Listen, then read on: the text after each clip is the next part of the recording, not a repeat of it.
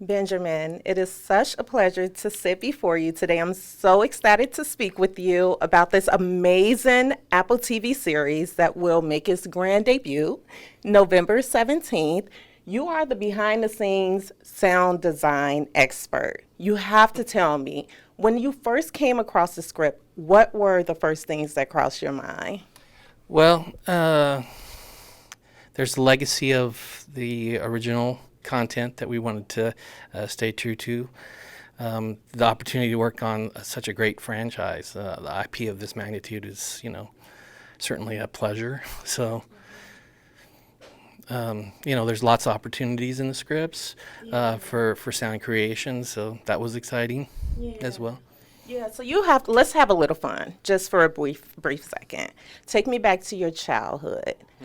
What was the monster which scared you the absolute most? I definitely want to say either Godzilla or King Kong, but I will let you share Probably yours. King Kong, but Godzilla was up there. And why Godzilla? Well, I mean, everything that he stood for, this interesting anti-war, anti-nuclear proliferation. So it was pretty, those were scary things for kids to think about. And talk to me about that King Kong fear of yours. Why King Kong? That movie, being held in the hands of a giant ape. Yes. Talk to me about some of the challenges that you experienced. Just basically making sure that the sound, effects meshed very well with the visuals on screen. Like how complicated and or effortless was that for you to bring to life? Well, it wasn't effortless. It never is.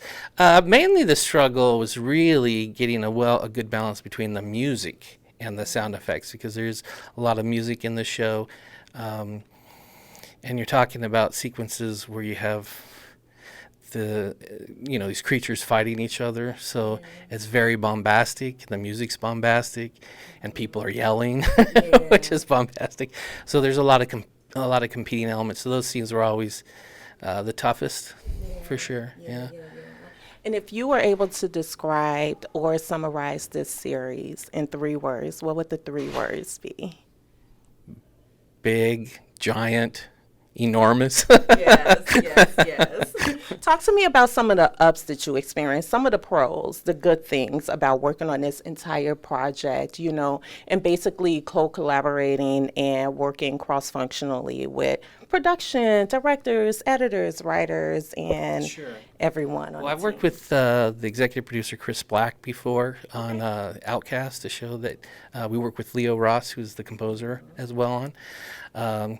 Scott Schofield, who's a co-producer, who is kind of my main contact on the show. I work with him on Lost in Space, so there's a lot of repeat. Most of the editors were people that were on Lost in Space, so it's a lot of repeat